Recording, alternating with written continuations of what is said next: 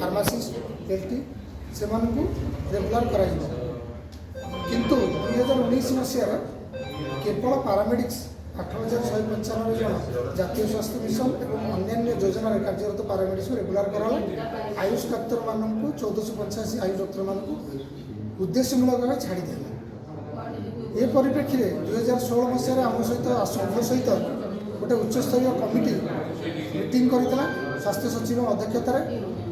एवं inter ministerial committee भी आम रिप्रेजेंट करूँ। गोटे फाइल भी तैयारी 2016 मसीह जोटा एवं भी विभिन्न विभाग जमीक अर्थ विभाग योजना समन्वय विभाग और आईन विभाग तर्जमा ही बर्तमान भी स्वास्थ्य विभाग में से पड़ रही कौन प्रकार नैतिक निष्पत्ति नि खाली सरकार कहते यहाँ गोटे पॉलिसी डिसीजन। तो पॉलिसी डिसीजन कर किए वर्तमान सरकार निश्चित भाव पूर्व सरकार को अधिक लोकप्रिय यही सरकार जो माने कर्मकर्ता अच्छा कि जो माने मुख्य विरोधा अच्छा स्वास्थ्य विभाग से जो विरोध दल थे से आम मानक स्वर उत्तोलन करते आम मान दाबी राज्य और पूरण हवा उचित कहते एवं से आसला कहते आमको समय दिखाँ प्रथम 6 मास समय मागे आम अपेक्षा भर बारंबार मुख्यमंत्री कम से कम 6 थर देखा कर स्वास्थ्य मंत्री के 5 थर देखा कर स्वास्थ्य मंत्री सहित भी गोटे थर विशद भाव आलोचना होती तो कहवा अनुसार आम अपेक्षा कलु 8 मास होगा किंतु कौन प्रकार सरकारी स्तर में कौन प्रकार पदक्षेप निगला ना आखि दृश्य पदक्षेप किसी निगला ना केवल प्रतिश्रुति। तो ये सबुत अतिष्ठ हो बर्तमान 18 वर्ष धरी जमी आम सब कम करूँ मैंने जानी जो नगड़ा गोटे थिला नगड़ा होता नगड़ा अन्य मैंने कहीं गले आम डाक्तर मैंने चली चली गले 10 किलोमीटर जाकि चिकित्सा कले अपपुष्टि जो समस्या होता चिकित्सा कले सेमती कोविड रे आम डाक्तर मैंने 100% इनवल्व हो क्वारंटाइन आरंभ कर कोविड केयर सेंटर पर्यंत रोगी चिकित्सा कले टीकाकरण